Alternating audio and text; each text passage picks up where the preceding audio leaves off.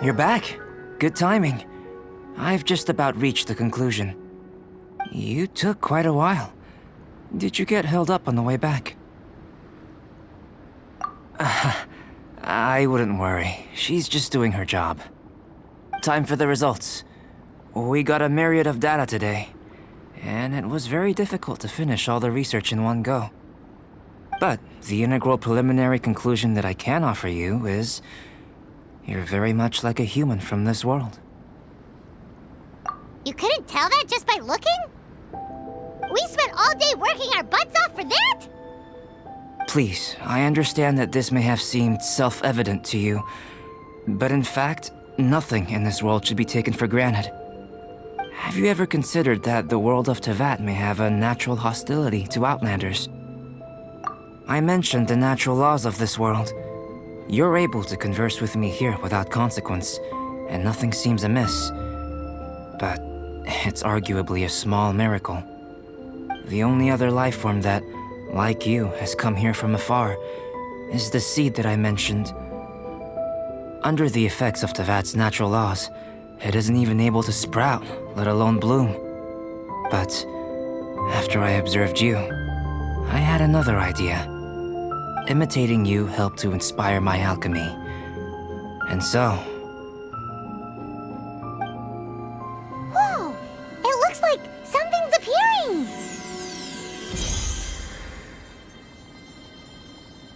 The transition from nothing into something, from shoot to stem, and now to fruition. Is not nurturing otherworldly life also nurturing the world itself?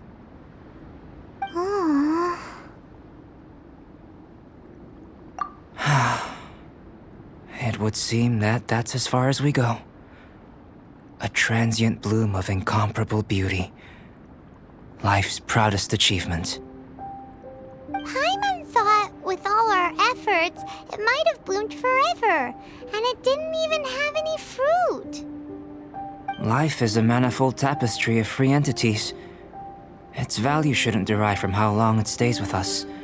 Even a momentary burst is precious. A short life can be well lived. A life lived efficiently, lived to perfection, is necessarily one unburdened by loneliness. So, do you understand what I meant about us conversing here arguably being a small miracle? Things feel a little heavy right now. Don't be sad. You've got Paimon to look after you. Albedo, Paimon really wants to be your friend. Thank you both. Even if dispelling loneliness is not essential for life, it certainly doesn't hurt. Your help inspired me to discover the means to make a flower bloom. I mean that the time I've spent traveling with you in the mountains was a valuable journey for me. In the future, if the need arises, can I solicit your help again? Well, glad I can count on you.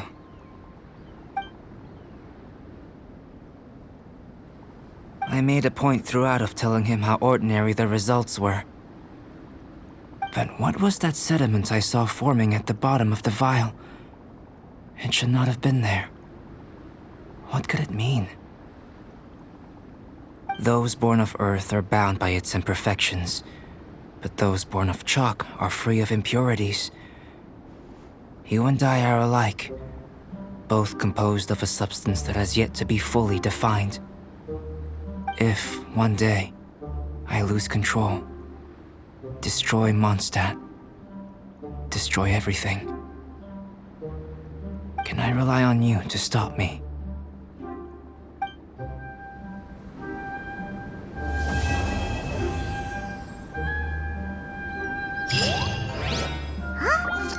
Look at that! Looks like someone made camp here. Are other people adventuring nearby? Let's see how our fellow explorers are doing.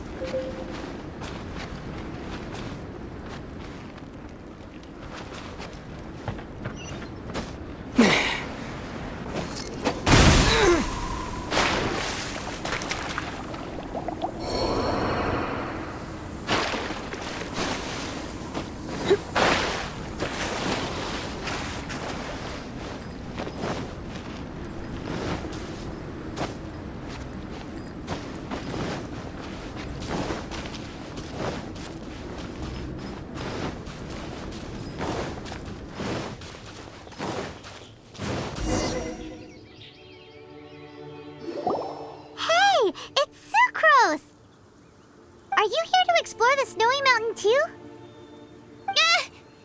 You scared me. Please, don't scare me like that. I was giving my research report some much-needed consideration. But you were just standing over there, staring into space. Not at all. I was just thinking of a name for a new subspecies of sweet flower I propagated. It has seeds that are 4 times as large as normal. Oh, are you interested? Wonderful. Next time, please allow me to show you the fruits of my work. It's a shame. If I wasn't coming to this mountain, I would have brought some samples with me. Yeah, weren't you doing research in the city?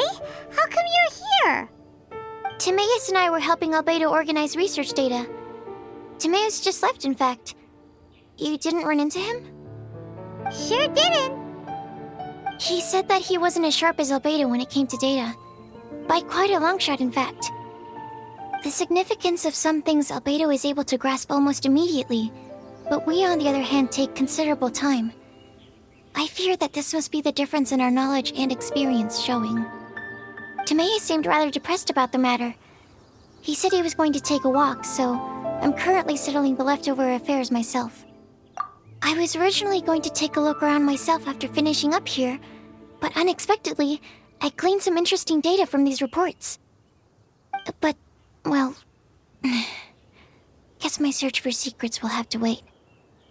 Secrets? Ooh, what secrets? Actually, do you two have time right now? Don't have anything on us but that. Then, could I ask you for a favor? In truth, I feel like Albedo is concealing something from myself and Timaeus. But isn't he your teacher? What would a teacher have to hide from his students? That's true, but I feel like he's always hiding something. It is my personal guess that it is some great secret of alchemy. Wait, how are you so sure? Timaeus and I are both passionate researchers of alchemy. If it was anything else, Albedo wouldn't have any reason to hide it from us. You do have a point. Could you help me investigate what it is that Albedo's hiding? Please. I'm just too curious. What do you think? Yes! Thank you, thank you. All right. Let's take a little trip, shall we?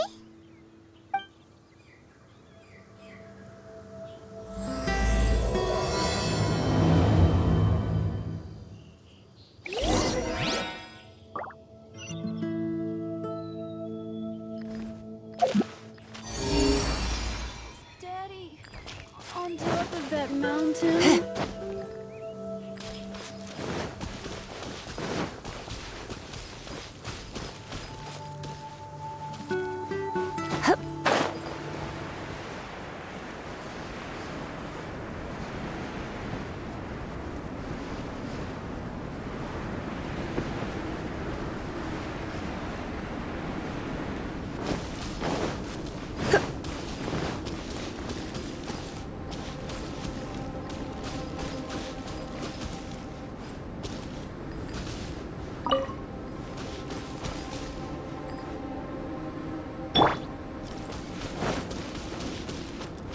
By royal decree. There's no end to this. Another test subject.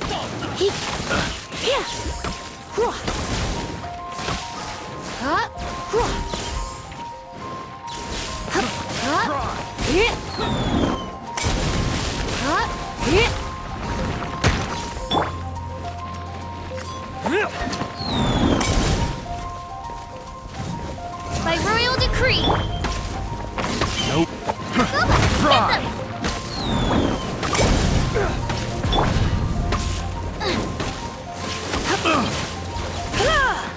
Direct assault. You're open.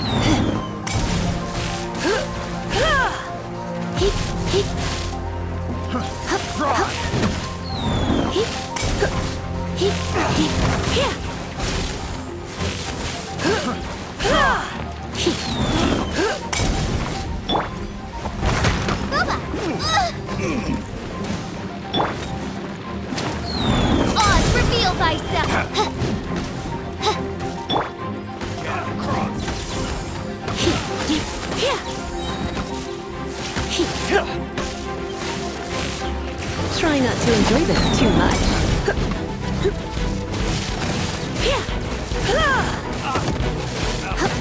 You're open.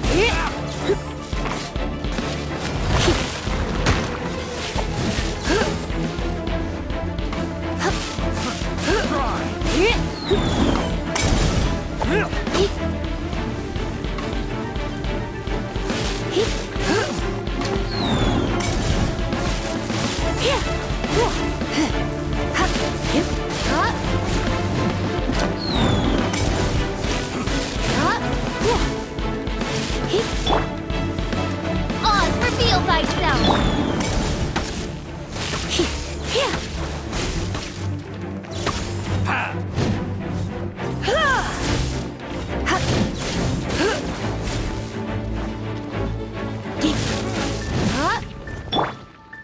Out of the frying pan.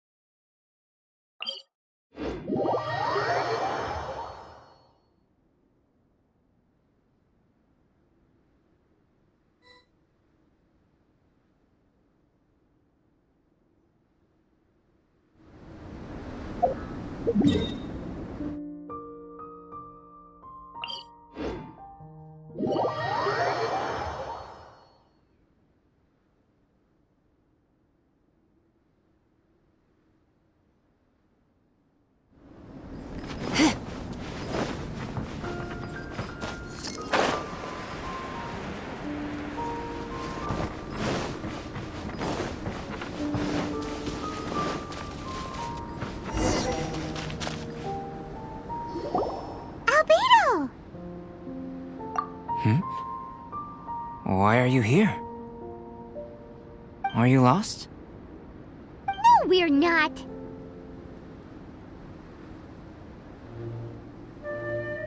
A secret? Hey, what are you doing? Our mission calls for a delicate approach. Sure, but still. Actually, you've arrived at just the right moment. I have business with you too, in fact. Here, catch. Huh? What's this? As you can see, it is a sword. I did not make the sword. However, I did add some alchemical touches to it.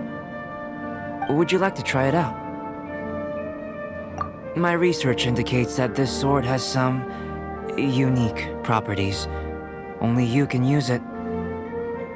But I need to gather data from it quite urgently. So, could I bother you to use it in battle? Wait a second. How can there be a sword that only one person can use? Very astute of you. This sword has indeed had a curse laid upon it. An ordinary person would be unable to wield it at all. However, you are an exception. Huh? Or perhaps I should say that only you are immune to the curse. As such, who could I find to help me if not you? We gain little from saying more. Go find some monsters nearby. After all, some things are best discovered through practice.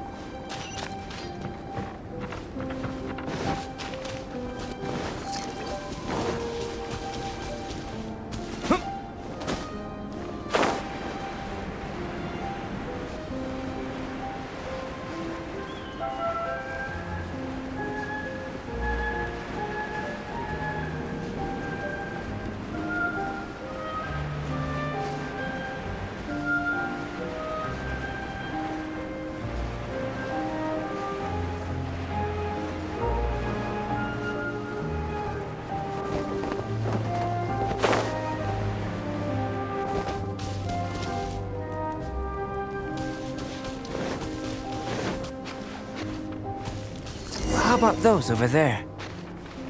Paimon still has a bad feeling about this.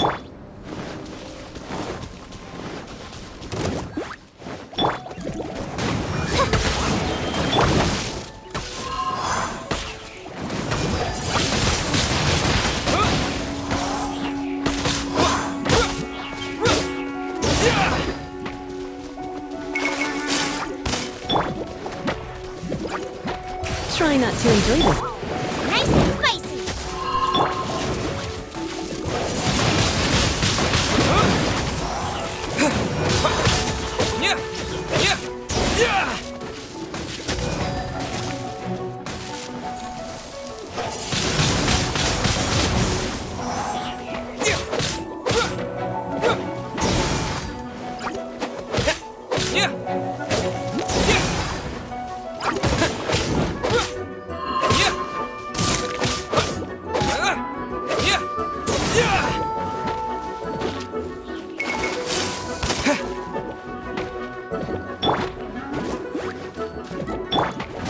Oz, reveal thyself.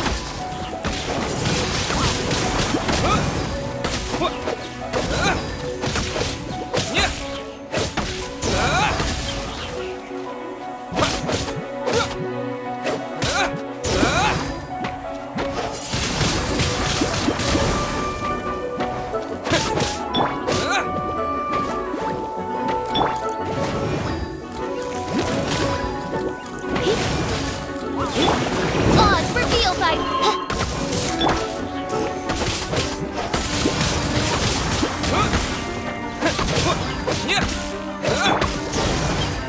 Nice and spicy.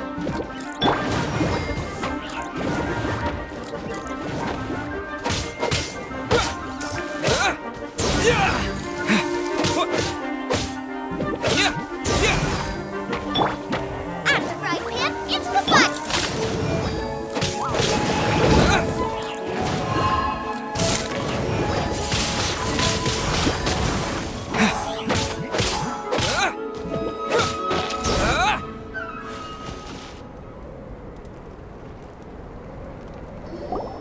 Over here! It's with this brat! Give it back, you thief! Treasure hoarders? There are treasure hoarders in a place this cold? Enough talk! Hand it over! Watch out!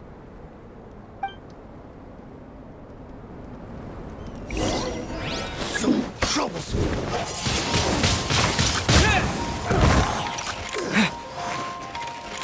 Try this on for size!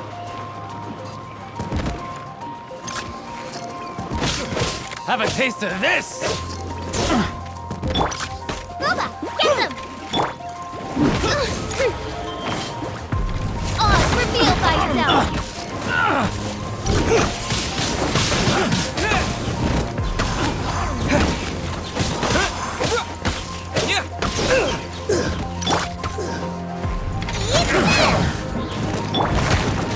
Try not to enjoy this too much. Wind blade! Wind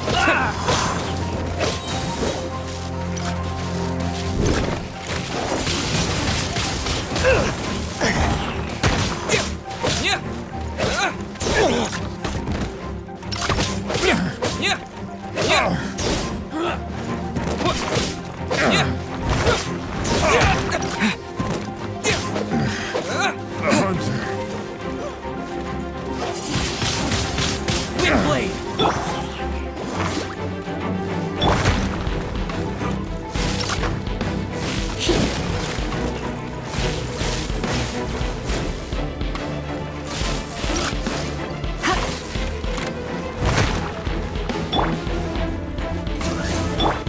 Nice and spicy!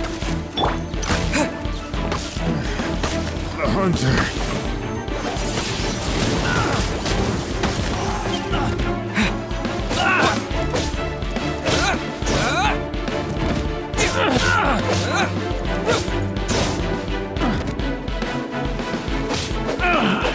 Finally done. Disappear! I messed up.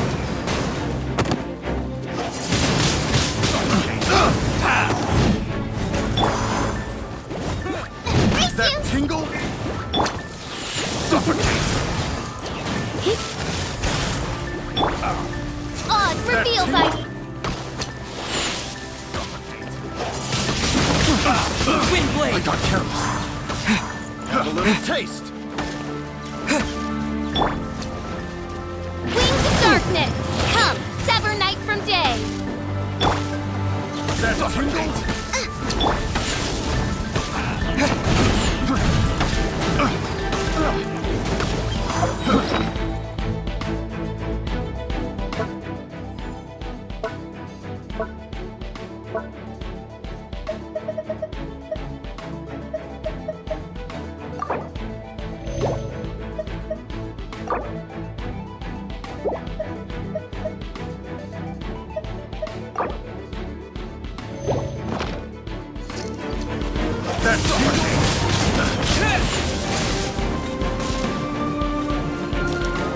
With the wind! Two, go!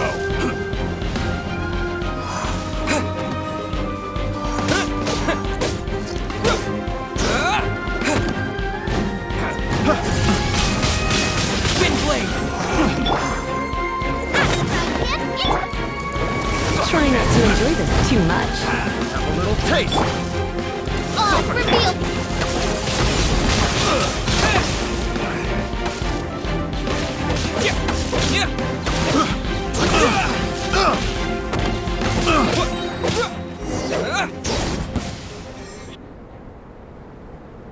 Now that's rich!